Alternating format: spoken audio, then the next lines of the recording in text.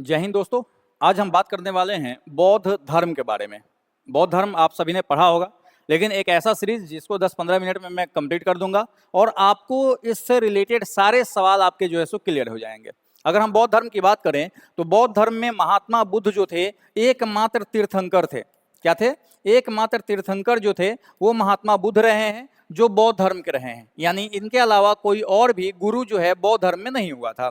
इसके अलावा अगर हम बात करें महात्मा बुद्ध की, तो महात्मा बुद्ध के पिता का नाम जो था, महात्मा बुद्ध के पिता का नाम शुद्धोधन था। क्या था? शुद्धोधन। और कहाँ के थे? तो ये कपिल वस्तु के जो है राजा या मुखिया आप कह सकते हैं, वो थे महात्मा बुद्ध के पिता। इनकी माँ का नाम जो था वो था महामाया। महामाया या कहीं कहीं आपको जो है सो माया देवी भी दिया रहता है, माया देवी। तो ध्यान रखिएगा, कंफ्यूज नहीं होइएगा, महामाया या माया देवी दोनों सेम ही है। ठीक है, माया देवी।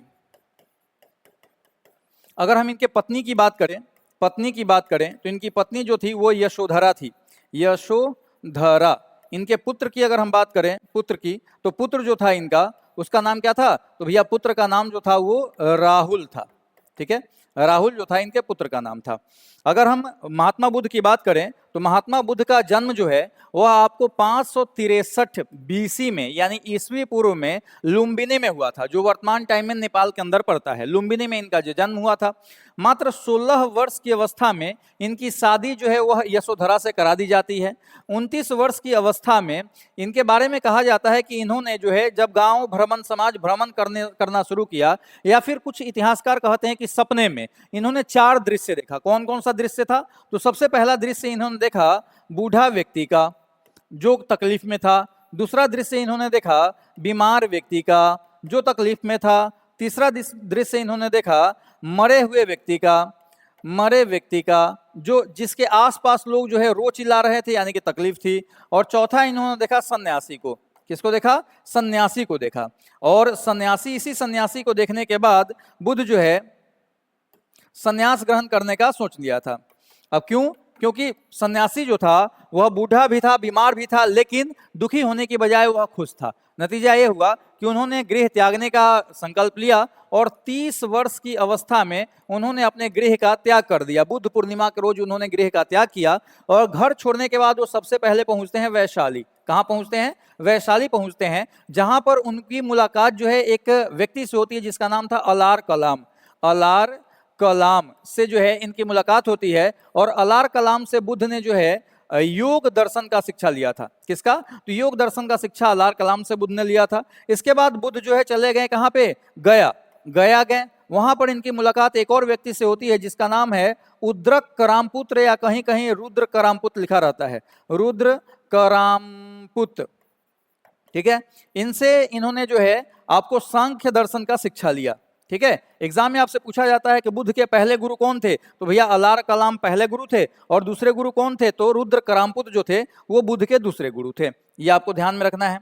इसके बाद बुद्ध जो है चले गए बोध गया और वहां 6 वर्षों की कठिन तपस्या के पश्चात 35 वर्ष की आयु में जो है इनको ज्ञान की प्राप्ति हुई। बुद्ध के बचपन का नाम सिद्धार्थ था और जब इनको ज्ञान की प्राप्ति हो गई तो इनका नाम क्या हो गया? इनका नाम जो है वह बुद्ध हो गया। ठीक है, बुद्ध जो है उसके बाद इनका नाम हो गया। फिर जो है ये महात्मा की तरह जीवन जीने लगे तो इनका नाम महात्मा बुद्ध हो गया। ठीक है, इन बातों को आप ध्यान रखेंगे। उसके बाद जब ज्ञान की प्राप्ति हो गई तो ये सबसे पहले पहुंचे सारनाथ। और सारनाथ में ही इन्होंने अपना सबसे पहला उपदेश दिया था, जिसको बौद्ध धर्म में धर्म चक्र प्रवर्तन के नाम से जाना जाता है। और जब इन्होंने अपने गृह का त्याग किया था 30 वर्ष की अवस्था में, तो इसको हम लोग कहते हैं बौद्ध धर्म में महाभिनिष्क्रमण। ठीक है, महाभिनिष्क्रमण के नाम से इनको जो है जाना जाता है। बुद्ध जो है अगर आपसे पूछा जाए कि सबसे ज्यादा उपदेश कहाँ दिए थे, तो ध्यान रखना है आपको श्रावस्ती जो है यहाँ पर बुद्ध ने सबसे ज्यादा उपदेश दिया था, क्योंकि महात्मा बुद्ध बरसात के दिनों में इसी जगह पर रुका करते थे लगभग 4 महीने, जून, जुलाई, अगस्त और सितंबर के दौरान। तो उसी दौरान उन्होंने जो है सो सबसे ज्यादा उपदेश दिया था। और यही वह जगह था जहाँ पर बौद्ध धर्म को मानने वाले या बौद्ध धर्म का प्रसार करने वाले सभी लोग आकर के कन्फेस करते थे, यानी पिछले 1 साल के दौरान उन्होंने उनसे जो गलतियां हुई है उन सभी गलतियों को बुद्ध को बताते थे, और बुद्ध उन गलतियों को ठीक करने का उपाय जो है सो सुझाया करते थे। इसके बाद महात्मा बुद्ध की बात करें तो बुद्ध जो है ये पावापुरी में गए हुए थे। पावापुरी, जहां पर एक व्यक्ति था, इनका दोस्त ही था वो, जिसका नाम था चुंद। उसने जो है सूकर का मांस दे दिया इनको खाने के लिए।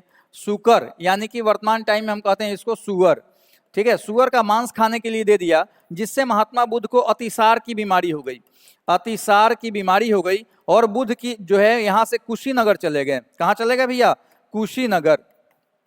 कुशीनगर चले गए, जहां पर बुद्ध की मृत्यु हो गई। और बुद्ध के मृत्यु को, यानी महात्मा बुद्ध के प्राण त्यागने की घटना को महापरिनिर्वाण कहा जाता है। क्या कहा जाता है? महापरिनिर्वाण, ठीक है। महापरिनिर्वाण जो है बुद्ध के प्राण त्यागने की घटना को कहा जाता है। अब आपके दिमाग में एक बात आया है कि महात्मा बुद्ध तो महात्मा थे, तो शुकर का मांस खाए क्यों? तो महात्मा बुद्ध ने कुछ नियम बना रखे थे। उस नियम में यह था कि किसी भी बौद्ध धर्म के भिक्षुक को बहुत खाना नहीं मांगना है। पहले घर में गए, वहां पे अगर खाने लायक भोजन मिल गया, पेट भरने लायक भोजन मिल गया, तो उसके बाद दोबारा भोजन नहीं मांगना है, ठीक है। और जो भोजन मिलेगा उसको ही खाना है, उसको फेंकना नहीं है। अब चुंद जो है पहली बार उनको जो है शुकर का मांस दे दिया। अब चूंकि नियम इनके द्वारा बनाया गया था तो इनको मजबूरी में खाना पड़ा, इसलिए जो है ये खाए थे। समान तौर पे सुअर का मीट खाने पर अगर वह ठीक से पका हुआ नहीं होता तो अतिसार की बीमारी हो जाती है। और महात्मा बुद्ध जो है इनका प्रिय शिष्य था आनंद। कौन था? आनंद। आनंद के कहने पर बुद्ध ने महिलाओं को बौद्ध धर्म में जो है प्रवेश की अनुमति दी थी। और सबसे पहली महिला जिन्होंने बौद्ध धर्म को ग्रहण किया था वह इनकी मौसी प्रजापति गौतमी थी। कौन थी? प्रजापति गौतमी,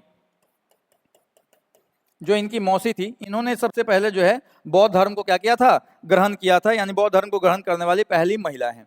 महात्मा बुद्ध ने ही कहा था बाद में कि अगर हम महिलाओं को बौद्ध धर्म में प्रवेश नहीं देते तो हमारा बौद्ध धर्म 1000 वर्षों तक चलता, लेकिन महिलाओं को प्रवेश देने के कारण हमारा बौद्ध धर्म अब मात्र 500 वर्षों तक ही चलेगा। यानी महिलाओं के प्रवेश के बाद कुछ जो है सो व्यभिचार वगैरह, कुछ जो है सो अनर्गल चीजें महात्मा बुद्ध ने नोटिस किया होगा अपने धर्म के अंदर, इसलिए उन्होंने ऐसा कहा था। महात्मा बुद्ध जो है 80 वर्ष की अवस्था में 483 BC में बुद्ध की जो है मृत्यु हो गई थी, यानी बुद्ध जो है अपने प्राणों का त्याग कर दिए थे। अब महात्मा बुद्ध जो है उनके जीवन से संबंधित अलग अलग घटनाओं को जो है अलग अलग प्रतीक चिन्हों के रूप में जाना जाता है। जैसे अगर हम बात करें, जब ये माँ के गर्भ में थे तो उसका प्रतीक चिन्ह जो है कमल होता है, कमल का फूल होता है। जब ये इनका जन्म होता है तो जन्म का प्रतीक चिन्ह जो है सांड या आपका जो है हाथी होता है, ठीक है। जब ये गृह का त्याग करते हैं तो गृह के त्याग का प्रतीक चिन्ह जो है ये घोड़ा होता है। जब इनको जो है ज्ञान की प्राप्ति होती है तो ज्ञान का प्रतीक चिन्ह जो है यह पीपल वृक्ष होता है, पीपल वृक्ष होता है। जब इन्होंने अपना शरीर त्याग है, यानी कि जब ये मृत्यु हो गई इनकी, तो उसका प्रतीक चिन्ह होता है पद चिन्ह। पैरों के निशान जो है उसका प्रतीक चिन्ह होता है। और जब ये जो है इनका जो शरीर था उसको क्या किया गया, अवशेष बचा, तो अवशेष जो है उसका प्रतीक चिन्ह होता है क्या? तो उसका प्रतीक चिन्ह होता है भैया पिरामिड। क्या होता है भैया? पिरामिड, जिसको हम लोग स्तूप कहते हैं, ठीक है। और जब महात्मा बुद्ध की मृत्यु हो जाती है तो महात्मा बुद्ध की मृत्यु के बाद क्या होता है? बौद्ध धर्म का सत्संग होता है, बौद्ध धर्म की संगीतियां होती है। बौद्ध धर्म जब महात्मा बुद्ध की मृत्यु हो गई तो मरने के बाद जो है बौद्ध धर्म को संगठित करने का जरूरत पड़ा, जिसके कारण जो है बौद्ध धर्म की अलग अलग समय पर कुछ संगीतियां हुई हैं। इनमें से 4 संगीतियां हैं जो है काफी महत्वपूर्ण है, जहां से एग्जाम में सवाल आपके पूछे जाते हैं। उसमें से 3 बातों को ध्यान रखना है, ये हम आपको बता रहे हैं। सबसे पहले तो सन कब हुआ था ये ध्यान आपको रखना है, स्थान कहाँ हुआ था ये भी आपको ध्यान में रखना है, उस समय अध्यक्ष कौन था, ठीक है, अध्यक्ष जो है वो कौन था ये भी ध्यान में रखना है, राजा जो है शासक कौन था ये भी आपको जो है सो ध्यान में रखना है। और कुछ विशेष बातें जो है, कुछ विशेष घटनाएं उस समय जो है घटी होंगी, उनको भी ध्यान में आपको रखना चाहिए। तो अगर हम बात करें तो 4 संगीतियां हुई थी। सबसे पहली संगीति 483 BC में हुई थी, लेकिन ध्यान रखना है कि महात्मा बुद्ध की मृत्यु के बाद हुई थी ये संगीति। ये स्थान कहाँ था? तो आपका जो है सो गिरिव्रज, गिरिव्रज जिसको हम लोग राजगृह कहते हैं, वहां पर हुआ था। अगर हम अध्यक्ष की बात करें तो इसका अध्यक्ष जो था वह कौन था? तो भैया सबाकामी, सबाकामी जो था वो इसका अध्यक्ष था।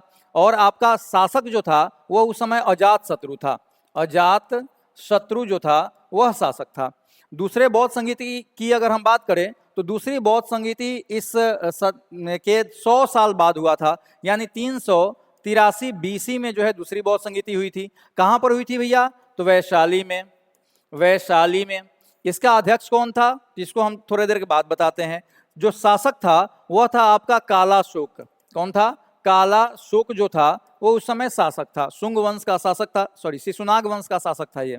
तीसरी बौद्ध संगीति जो है वो हुई थी आपको जो है 255 BC में। कुछ बुक्स आपको 250 BC भी बताते हैं, तो कंफ्यूज नहीं होइएगा, 255 ध्यान रखना है। कहाँ हुआ था? तो भैया पाटलिपुत्रा में हुआ था। इस संगीति के समय अध्यक्ष कौन था? तो मोगलीपुत्र तिस्म था, मोगलीपुत्र तिस्म, तिस्म जो था वो इस समय अध्यक्ष था। और शासक जो था वह आपका कौन था भैया? तो अशोक जो था उस समय शासक था। चौथी बौद्ध संगीति की अगर हम बात करें तो चौथी बौद्ध संगीति प्रथम शताब्दी में जो है चौथी बौद्ध संगीति आपकी हुई थी, प्रथम शताब्दी।